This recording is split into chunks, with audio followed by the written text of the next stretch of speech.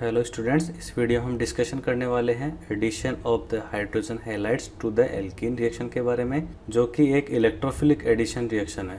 ये एल्कीन्स की बहुत ही इंपॉर्टेंट रिएक्शन है। यदि हम एडिशन रिएक्शन की बात करें तो हमारे पास ये एक एल्कीन है। एल्कीन की रिएक्शन जब हाइड्रोजन ब्रोमाइड के साथ करवाई जाती है तो एल्कीन का ये जो आप पाई बॉन्ड देख रहे हैं पूरी तरह से ब्रेक हो जाएगा। जैसे ही पाई बॉन्ड ब्रेक होगा, लेफ्ट हैंड साइड में जो कार्बन है और राइट हैंड साइड में जो कार्बन है, दोनों कार्बन की वैलेंसी इनकम्प्लीट हो जाएगी। वैलेंसी फ्री होने के बाद वैलेंसी को कंप्लीट करने के लिए जो ये लेफ्ट हैंड में कार्बन एटम जो आप देख रहे हैं, ये हाइड्रोजन एटम के साथ न्यू सिग्मा बॉन्ड फॉर्मेशन करेगा। इसके साथ ही जो राइट हैंड साइड में कार्बन एटम है उसकी वैलेंसी फ्री हो जाएगी। वो वैलेंसी को कंप्लीट करने के लिए हाइड्रोजन ब्रोमाइड के ब्रोमीन एटम के साथ नए सिग्मा बॉन्ड का फॉर्मेशन करता है। इसी तरह ओवरऑल रिएक्शन की हम बात करें तो ओवरऑल रिएक्शन में जो पाई बॉन्ड है उसका ब्रेकिंग होता है रिएक्टेंट में, और प्रोडक्ट साइड में दो नए सिग्मा बॉन्ड का फॉर्मेशन जो हमें दिखाई दे रहा है। प्रैक्टिकली इस रिएक्शन की हम बात करें तो ये हमारे पास एक बीकर है। बीकर में अपने पास एक एल्कीन का सॉल्यूशन है। जब एल्कीन के सॉल्यूशन में हम हाइड्रोजन ब्रोमाइड का सॉल्यूशन मिक्स करते हैं तो कुछ टाइम के बाद हाइड्रोजन ब्रोमाइड और एल्कीन रिएक्शन करते हैं और फाइनली हमें प्रोडक्ट में एक एल्कील हैलाइड का सॉल्यूशन मिलता है। इसी तरह इस रिएक्शन के बारे में सबसे इम्पोर्टेंट ये जानना है कि किस तरह से एक पाई बॉन्ड ब्रेक हुआ, उसके साथ ही जो अपना प्रोडक्ट है इसमें किस तरह से दो नए सिग्मा बॉन्ड्स का फॉर्मेशन हो रहा है। तो ये सब जानने के लिए हम रिएक्शन की मैकेनिज्म की बात करते हैं। किसी भी रिएक्शन की हम बात करें तो ये जानना इंपॉर्टेंट है कि रिएक्शन में कौन न्यूक्लियोफाइल है और कौन इलेक्ट्रोफाइल है। यदि हम इस पर्टिकुलर रिएक्शन की बात करें तो जो हमारे पास ये एल्कीन है ये न्यूक्लियोफाइल की तरह बिहेव करती है। जो एल्कीन का ये पाई बॉन्ड आपको दिखाई दे रहा है, ये पाई बॉन्ड बहुत ही वीक बॉन्ड होता है जो इजीली ब्रेक हो सकता है। जैसे ही पाई बॉन्ड ब्रेक होगा ये किसी इलेक्ट्रोफाइल पे अटैक करेगा और एक नया प्रोडक्ट मिलेगा अपने को। इसी तरह जो एल्कीन का पाई बॉन्ड है वो एल्कीन को न्यूक्लियस लविंग स्पीसीज बनाता है, इसीलिए ये एक न्यूक्लियोफाइल की तरह बिहेव करती है। इधर हम हाइड्रोजन ब्रोमाइड की बात करें तो हाइड्रोजन एटम पे पार्शियली पॉजिटिव चार्ज हमें मिलता है और ब्रोमीन एटम पे पार्शियली नेगेटिव चार्ज मिलता है। जो पार्शियली नेगेटिव चार्ज ब्रोमीन पे आता है that is due to the electronegative difference in between the hydrogen atom and the bromine atom. जो ब्रोमीन एटम है अपने पास, इसकी इलेक्ट्रोनेगेटिविटी कहीं हाइड्रोजन एटम से ज़्यादा होती है, जिससे जो सिग्मा बॉन्ड के इलेक्ट्रॉन होते हैं हाइड्रोजन और ब्रोमीन के बीच, ये पार्शियली ब्रोमीन एटम की ओर शिफ्ट हो जाते हैं। जैसे ही पार्शियली इलेक्ट्रॉन ब्रोमीन एटम की तरफ शिफ्ट होंगे उसी के साथ ब्रोमीन एटम पे पार्शियली नेगेटिव चार्ज आता है और हाइड्रोजन इस प्रोसेस में इलेक्ट्रॉन्स पार्शियली डोनेट कर रहा है, इसलिए हाइड्रोजन एटम पे पार्शियली पॉजिटिव चार्ज आता है और हाइड्रोजन एटम एक इलेक्ट्रोफाइल की तरह बिहेव करता है। जब हम एल्कीन की रिएक्शन हाइड्रोजन ब्रोमाइड के साथ करवाते हैं तो एल्कीन के वीकली बॉन्डेड पाई इलेक्ट्रॉन्स हैं वो हाइड्रोजन एटम की ओर अट्रैक्ट होते हैं और पाई बॉन्ड ब्रेक होके दोनों इलेक्ट्रॉन हाइड्रोजन एटम पे शिफ्ट हो जाते हैं। जैसे ही हाइड्रोजन एटम पे पाई बॉन्ड के इलेक्ट्रॉन का शिफ्टिंग हुआ उसी के साथ हाइड्रोजन और ब्रोमीन एटम के बीच जो ये सिग्मा बॉन्ड है ये ब्रेक हो जाएगा। जैसे ही ब्रेक होगा जो दोनों सिग्मा बॉन्ड के इलेक्ट्रॉन है वो ब्रोमीन एटम पे शिफ्ट हो जाएंगे। ब्रोमीन एटम को जैसे एक एक्स्ट्रा इलेक्ट्रॉन मिलेगा तो हमें ब्रोमाइड आयन मिलता है जिसपे एक नेगेटिव चार्ज होता है। यदि हम फिर से एल्कीन की बात करें तो जैसे ही एल्कीन का पाई बॉन्ड ब्रेक हुआ, जो राइट हैंड साइड में कार्बन एटम है वो हाइड्रोजन एटम के साथ नया बॉन्ड बना लेता है, that is a new sigma bond. इसी के साथ साथ जो लेफ्ट हैंड साइड में कार्बन एटम है उसका वैलेंसी इनकम्प्लीट हो जाता है। वैलेंसी इनकम्प्लीट होने से इस पे पॉजिटिव चार्ज मिलता है। रिएक्शन की सेकंड स्टेप की हम बात करें तो जो ब्रोमाइड आयन है वो कार्बोकेटायन पे अटैक करेगा, उसी के साथ एक नए सिग्मा बॉन्ड का फॉर्मेशन होता है और उसके साथ हमें रिएक्शन का फाइनल प्रोडक्ट मिलता है जो कि एक एल्किल हैलाइड है। तो स्टूडेंट इस रिएक्शन की हम काइनेटिक्स की बात करें तो जो रिएक्शन का फर्स्ट स्टेप है वो स्लो स्टेप होता है जिसको हम रेट डिटरमाइनिंग स्टेप कहते हैं, इसको हम आरडीएस कहेंगे। जो रिएक्शन का सेकंड स्टेप होता है वो एक फास्ट स्टेप होता है, इसकी वजह से रिएक्शन की जो रेट है वो सेकंड स्टेप पे डिपेंड नहीं करती है।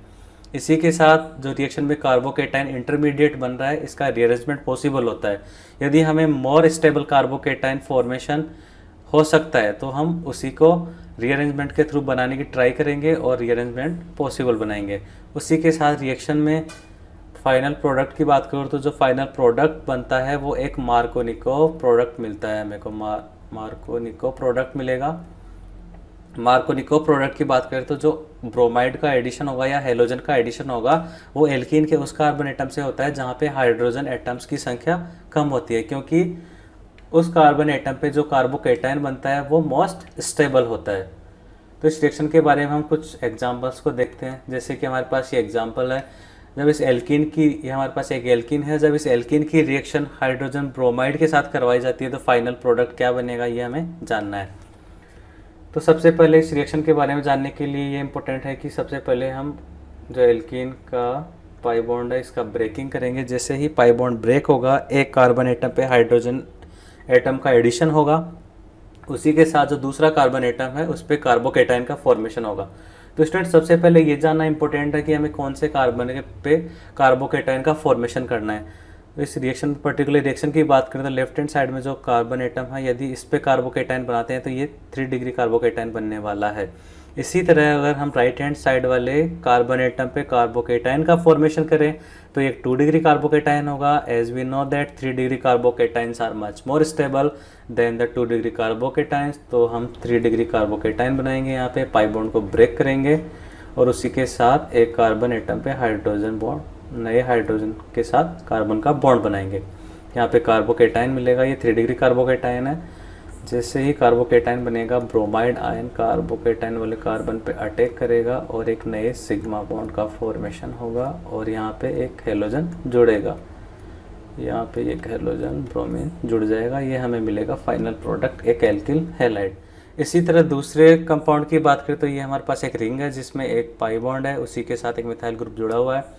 जब इसकी रिएक्शन हम हाइड्रोजन ब्रोमाइड के साथ करवाएंगे तो सबसे पहले पाई बॉन्ड को ब्रेक करना होगा। जैसे ही पाई बॉन्ड ब्रेक होता है, कार्बोकेटाइन का फॉर्मेशन होगा। वही एज लास्ट एग्जांपल, यहाँ पे 2 पॉसिबिलिटी हैं कार्बोकेटाइन की। हो सकता है कार्बोकेटाइन लेफ्ट हैंड साइड वाले कार्बन पे बने और दूसरी पॉसिबिलिटी है कार्बोकेटाइन राइट हैंड साइड वाले कार्बन पे बने।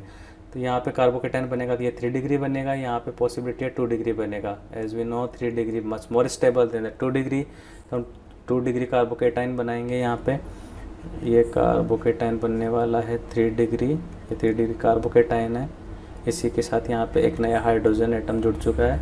अब क्या होगा, जो ब्रोमाइड आयन है हमारे पास, ये कार्बोकेटाइन पे अटैक करेगा और एक कार्बन और हेलोजन के बीच नए बॉन्ड का फॉर्मेशन होगा। इसी के साथ जो पहले वाला पाई बॉन्ड था वो पूरी तरह से ब्रेक हो चुका है, उसकी जगह एक ब्रोमीन एटम जुड़ चुका है और दूसरी पोजीशन पे एक हाइड्रोजन एटम जुड़ चुका है और ये हमारे पास ये है एक साइक्लिक हैलाइड। इसी तरह से एक अदर रिएक्शन की बात करें तो ये हमारे पास एक रिएक्शन है जिसमें ये एल्कीन है, उसकी रिएक्शन हाइड्रोजन ब्रोमाइड के साथ करवाई जा रही है। जैसे ही एल्कीन की रिएक्शन हाइड्रोजन ब्रोमाइड के साथ करवाई जाती है, ये पाई बॉन्ड ब्रेक हो जाएगा। पाई बॉन्ड ब्रेक होने के बाद पॉसिबिलिटी है कि कार्बोकेटाइन कौन से कार्बन एटम पे फॉर्मेशन करना है, तो लेफ्ट हैंड साइड वाला कार्बोकेटाइन 2 डिग्री है, यहाँ पे हम फॉर्मेशन कर देंगे। राइट हैंड साइड में 1 डिग्री बनेगा, तो वो हमें नहीं बनाना है क्योंकि हम जानते हैं कि 2 degree carbocations are much more stable than the 1 degree carbocation.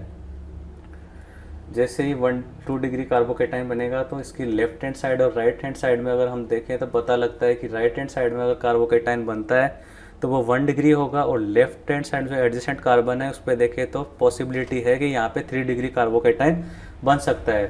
तो यहाँ पे एक हाइड्रोजन एटम जुड़ा हुआ है, तो इस केस में हम 1,2 हाइड्राइड शिफ्टिंग करवा सकते हैं। जैसा कि ये हाइड्रोजन एटम जुड़ा हुआ है, ये पूरी तरह से ये सिग्मा बॉन्ड ब्रेक हो जाएगा। सिग्मा बॉन्ड के जो 2 इलेक्ट्रॉन्स हैं ये भी हाइड्रोजन एटम ले लेगा। उसके साथ ही जो हाइड्राइड आयन बनेगा वो 2 डिग्री कार्बोकेटाइन जो यहाँ पे है इस पर शिफ्ट हो जाएगा। इस पर शिफ्ट होगा तो पॉजिटिव और नेगेटिव साइन जो हाइड्राइड एटम का है दोनों मिलके न्यूट्रल हो जाएंगे और जो लेफ्ट हैंड साइड वाला कार्बन है उसकी वैलेंसी इनकम्प्लीट हो जाएगी और वहाँ पे एक कार्बोकेटाइन का फॉर्मेशन हो जाएगा। तो फाइनली हमें 3 डिग्री कार्बोकेटाइन मिल रहा है, ये मच मोर स्टेबल होगा। प्रीवियस वाले 2 डिग्री कार्बोकेटाइन से अब कोई भी पॉसिबिलिटी नहीं है रीअरेंजमेंट की, तो जो ब्रोमाइड आयन है वो कार्बोकेटाइन पे अटैक करेगा। जैसे ही कार्बोकेटाइन पे अटैक करेगा, प्लस चार्ज और माइनस चार्ज मिलके न्यूट्रल हो जाएंगे और फाइनली हमें एक नए सिग्मा बॉन्ड के साथ एल्किल हैलाइड मिल गया और यहाँ पे एक नए सिग्मा बॉन्ड के साथ हाइड्रोजन एटम का एडिशन होता है। इसी तरह एक दूसरी रिएक्शन की बात करें तो हमारे पास एक बेंजीन रिंग है, उसके साथ ही एक पाई बॉन्ड जुड़ा हुआ है। जब इस एल्कीन की रिएक्शन हम हाइड्रोजन ब्रोमाइड के साथ करवाते हैं, ये पाई बॉन्ड पूरी तरह से ब्रेक हो जाएगा। जैसे ही पाई बॉन्ड ब्रेक होगा, ये 2 डिग्री कार्बोकेटाइन बनेगा। ये 2 डिग्री कार्बोकेटाइन है, मच स्टेबल है। इसी के साथ साथ जो बेंजीन रिंग इससे जुड़ी हुई है वो इसको स्टेबिलिटी को बढ़ा देती है बाय द रेजोनेंस। जैसे ये 2 डिग्री कार्बोकेटाइन यहाँ पे फॉर्म होगा, ये बेंजीन रिंग के साथ रेजोनेंस करने वाला है और इसकी स्टेबिलिटी और भी ज़्यादा बढ़ जाने वाली है। यहाँ पे 2 डिग्री कार्बोकेटायन है, ये बेंजीन रिंग के साथ रेजोनेंस कर रहा है, जिसकी वजह से इसकी स्टेबिलिटी और ज़्यादा है और कोई रीअरेंजमेंट की पॉसिबिलिटी हमारे पास नहीं है। तो इसके बाद जो ब्रोमाइड आयन है वो कार्बोकेटायन पे अटैक करेगा। जैसे ही ब्रोमाइड आयन कार्बोकेटायन पे अटैक करेगा, पॉजिटिव चार्ज और नेगेटिव चार्ज मिलके न्यूट्रल हो जाएंगे और फाइनली प्रोडक्ट में हमें एक एल्किल ब्रोमाइड मिलेगा जो कि बेंजीन रिंग से जुड़ा हुआ है।